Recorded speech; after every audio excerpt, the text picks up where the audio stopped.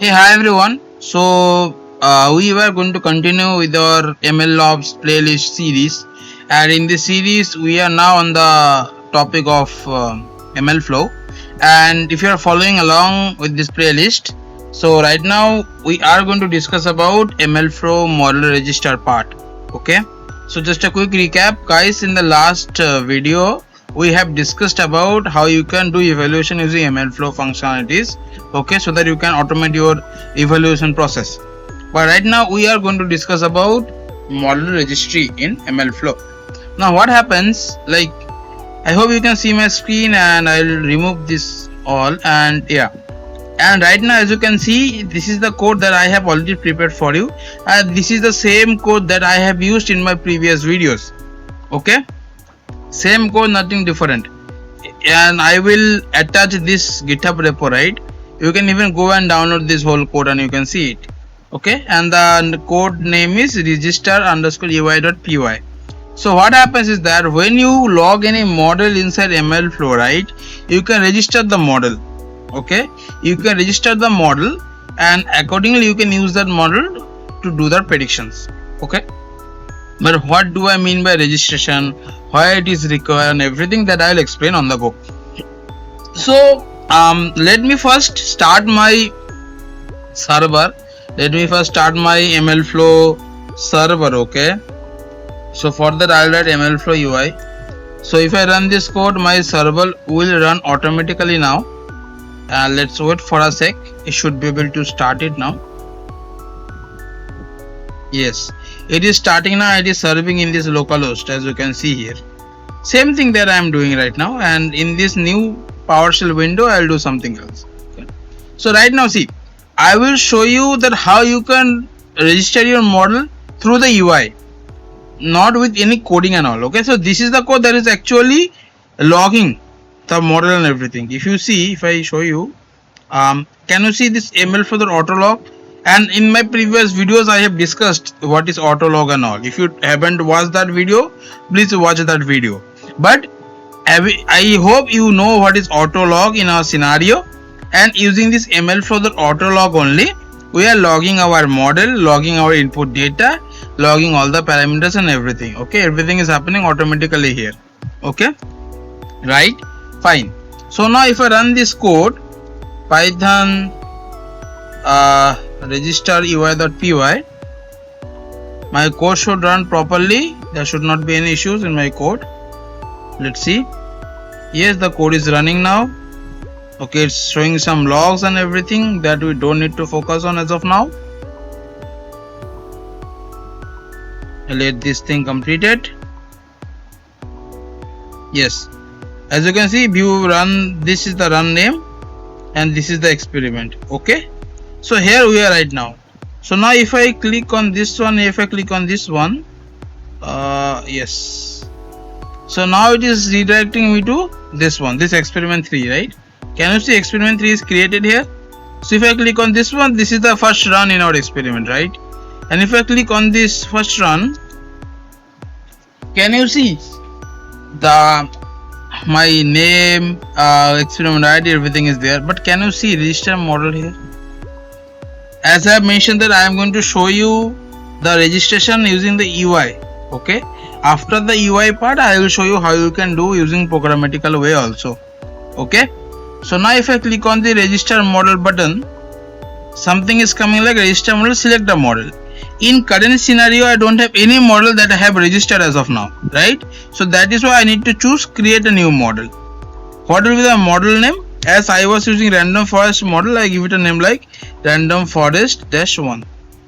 This is the register name. Okay, this is the registered name will be there called random forest 1, and I click on register. Okay, showing like model registered, and if I click on this one, okay, it has redirected me to this model section. This is the time when it has registered. Okay, this is the source run and this is the stage. See, right now in my scenario this new model registry UI is disabled. Okay, and if I enable it, you will see something different, a bit different, right?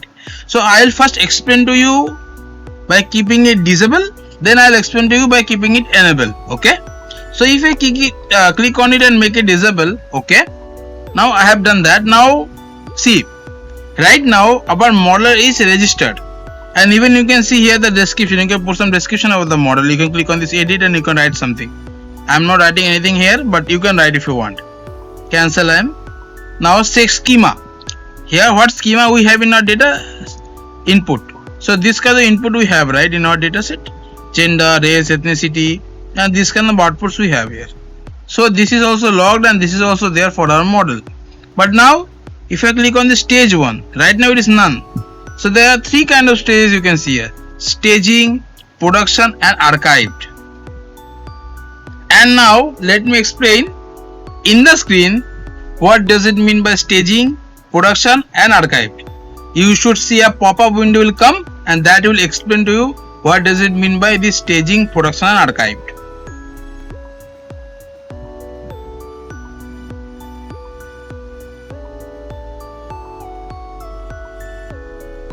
Okay, I hope you guys have understood after seeing that pop-up. Now let me do one thing. As mentioned in that pop-up only, right, always we keep our model in the very beginning, that is staging. We keep our model inside staging. After all the experiments and all, we keep the model in staging part. That means we are feeling that model is good to go, right? Now we'll keep that model inside staging section. Transition existing staging model to versions archive. It is telling if there are any model this is already under staging stage, send it to archived. But right now there's no model exist, so I don't think nothing will move on to archived stage. Okay, but yeah, I'll click on this OK, and right now my model is inside staging part. Now what I do is that now I will test this model. I will test this model from our end to make sure that our model is working perfectly fine. If that is actually working perfectly fine, all tests are everything passed, right? If everything is okay, then we send our model from staging to production. That means now model will be inside production. That means now model will be serving to their customers, right?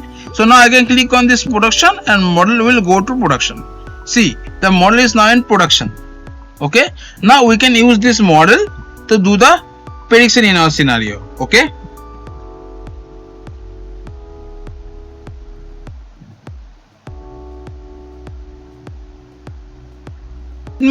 let me show you also how we can do the prediction also. Okay, let me show that also, so you will, I think you will enjoy it a lot also if you see how we are doing it.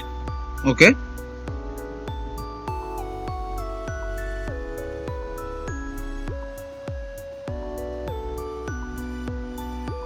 so for that what I need to do, so let me check the run, which run it belongs to. It belongs to this peaceful girl 181 run, right? So if I go back to my code, and if I create a new py file, I'll get a new py file and I'll do some checking also. Okay, if actually it is working or not. Now we have sent our model from staging to production, and let's do some testing on top of it also, so see it's working or not. So for that what you need to do, I will create a new file. Okay, I'll create a new file here, test production model, production model .py. Okay, and then what I do, I'll copy the code till this point. I'll copy this code. Okay, till this point I'll copy this code, I'll paste this code here. Okay, same code now, but I'll do the testing on the testing data. Okay, now I need to write some code to get this thing done, right?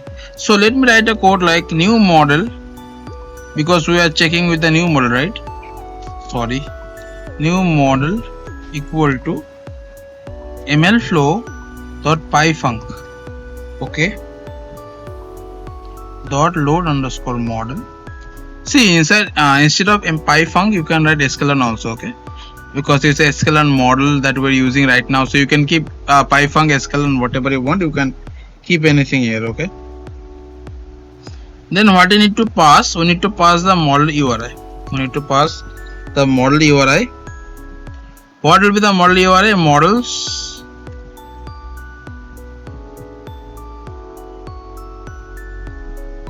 And what was the name of the model that we had? If I go back to my this was the name, right? This was the name of the model that we registered.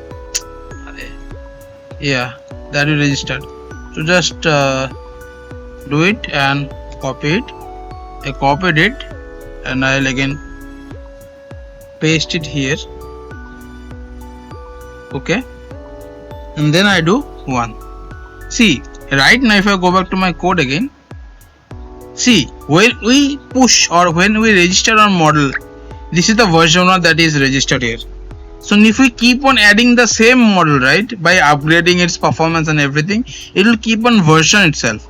I will show you also, but yeah, right now my model is in version 1 and this version 1 is inside production stage, right? So that is why in my code I am passing here 1 because that's a version 1. Okay, that is why I'm passing it like this. Then I'll do the prediction using this one. So let me do the prediction. Goes to new model dot predict. I'll do the prediction on the testing data.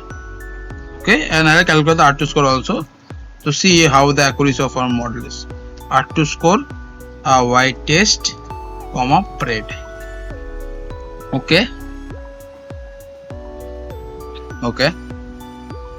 And I will set my tracking URI also here to make sure we are good here. MLflow dot set tracking URI. I'll make sure my tracking URI is correct in my scenario. So I will mention my tracking URI also here. Okay, this is my tracking URI, and if I go back to my code, so this is the tracking URI I have, right? This is the tracking URI. I'll copy it from here. I'll keep this tracking URI here. Keep this tracking URI here. Okay, I kept the tracking URI here. So it looks good to me, right? Now if I do CLS to clear my terminal, and if I run the code python test production model.py, let's see, it's running right now. Okay, see, it's downloading the artifacts, whatever is required to do the prediction using the model. And yeah, model ran successfully, right? Now we have loaded that production model in our local system, right? We have loaded that production model in a local system, and that has done some predictions, and this prediction calculated the R2 score also, and this is the R2 score, almost 80%. Good R2 score you have got, right? That means our model is working perfectly fine. But now, as I mentioned the version thing, right? Version 1, version 2. Right now we have version 1, and that is in the production, right? Now let's assume that you want to again do some changes. I'll change some parameters here in my scenario. Let's change the parameter, like make it 57. Okay. Now what I do, I run the same code again. Python register ui.py. I run this code now.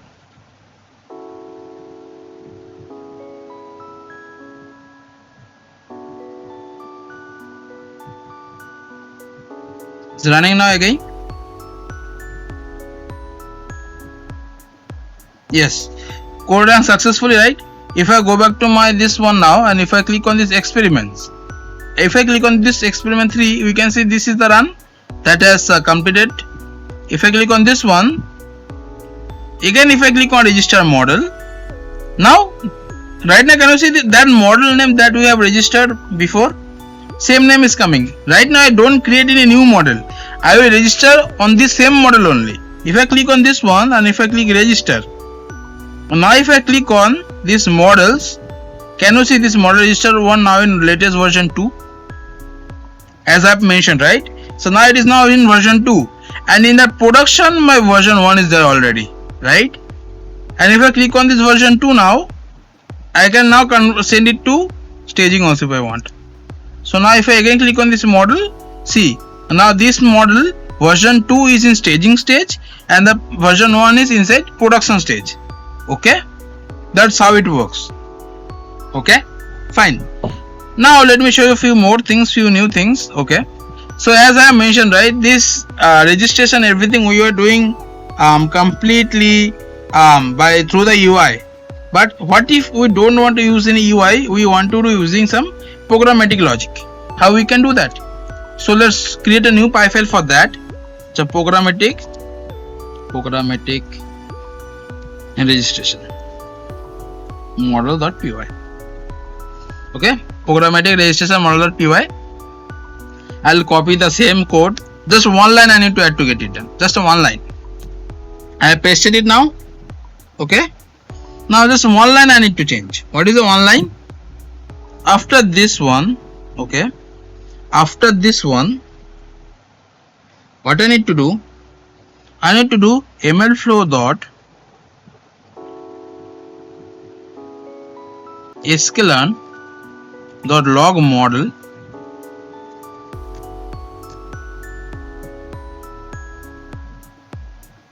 model comma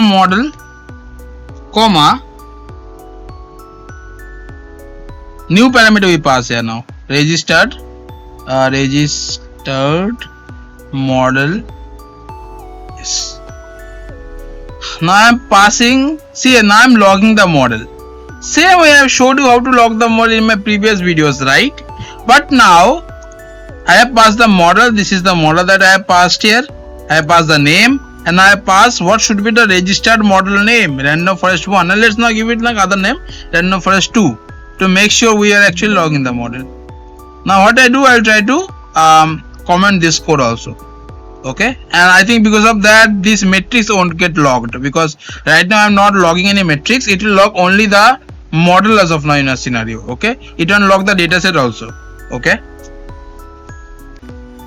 if I run this code, Python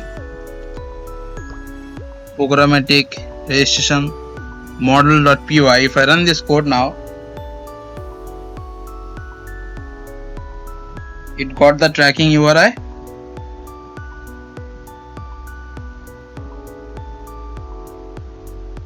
Yes, it ran successfully, right? And if I go back to my this one, if I click on the experiment, go to the experiment 3, this is the one has run just before, but right now you cannot see any system metrics, nothing. In the artifacts only you can see the model, but apart from that you can't see anything, because I am not logging anything here, right? I am not logging anything here. I am just logging the model here. That is why in the previous section we have done auto login. That is why many things got logged. Okay, but now can you see this model registered is automatically coming now, because the model is registered already automatically when we have provided the name, right? If I go to models, can you see random forest 2, the version 1, it is automatically registered now. So you don't have to do from the UI, you can automatically do it from this programmatic logic. Even see, there is a programmatic way to send version 1 to staging, to production, or to archive. So you can do it programmatically also, that we can do using MLflow client. Okay, but that MLflow client will explore later. In this playlist only I will explain, maybe in the next 2 or 3 videos you will be able to get that video also, where I will explain that how you can send from none to staging to production automatically using coding. Okay, that also I will show you in the next 2 videos or 3 videos. Okay, but this is the one way of doing it, right?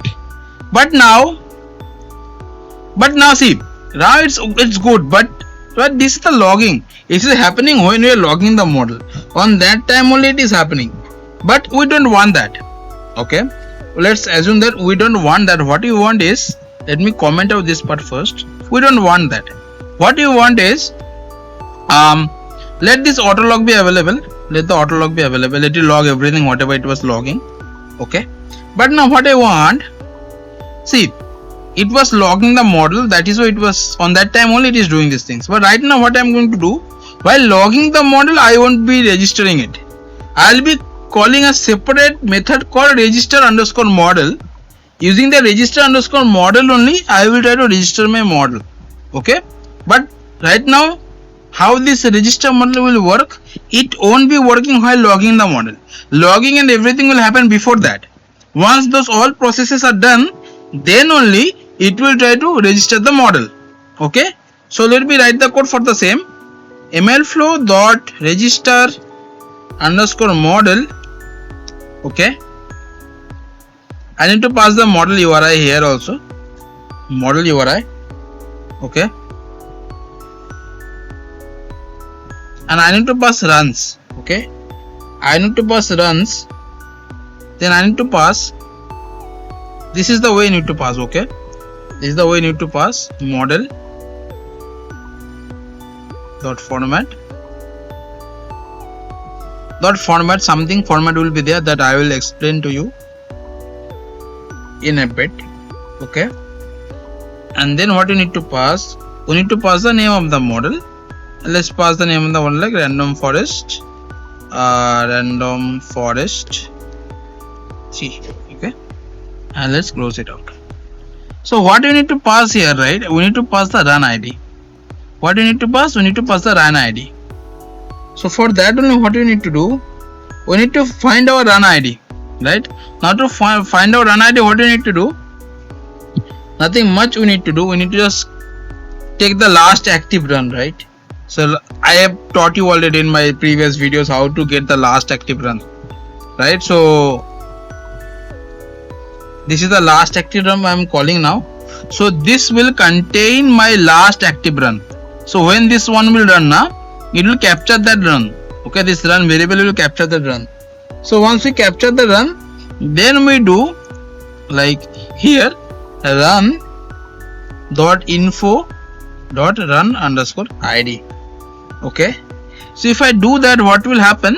Now based on the run, it will take the run, and based on the run only it will try to take the model and it will try to register that model, and the name will be like random forest 3, right? So let us run this code and let us see if that is working or not. So again, programmatic registration model.py I am running now. It's running. Again, those warnings are coming in our scenario. You can ignore this warning as of now, as I mentioned multiple times. Yes. See, can you see it's coming like created version 1 of model random forest 3 is already showing you here. If I go back to the code, if I click on this exp3, this is the one that came. See, right now we have everything logged, all the metrics and everything, because right now I have kept auto log enabled, right? That is why. Now again, model is registered. Can you see it's already registered? And if I click on this model section, can you see model 3 is there, register random forest 3 is there, and now this latest version 1 is also there. Now these are the ways you can use to register your model inside MLflow.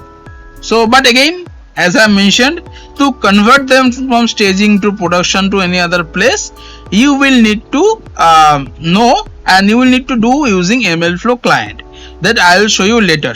Okay, now there's the last thing that I need to explain, that is what, if I click on this one, right, this one I disabled, right, in the very beginning of this video, but if I click on this enable it, right, see, when we enable it, it will start a new model registry UI. Okay, new model registry UI. Now what is a new model registry UI? See, this is the older version, and right now we are seeing some new version. In the new version, they have not kept anything called staging, production or something like that. They have added a new concept called aliases. Okay, new concept called aliases. And if I Google now alias in MLflow,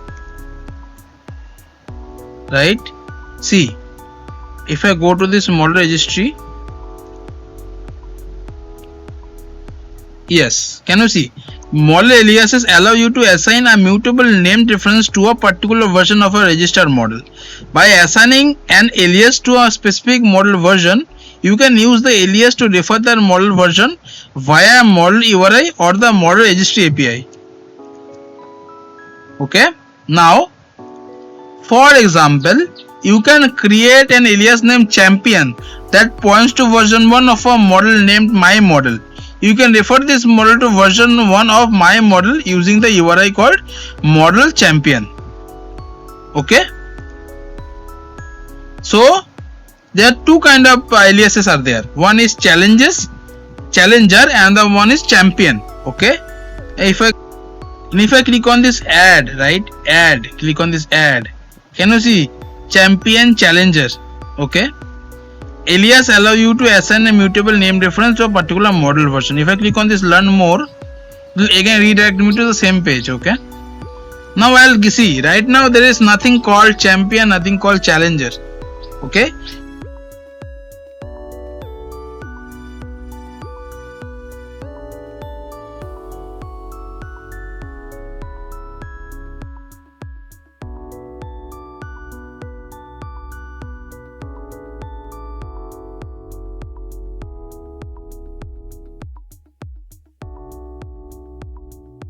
if I type champion here, champion, if I click on this one, and if I save the aliases, now it's inside champion.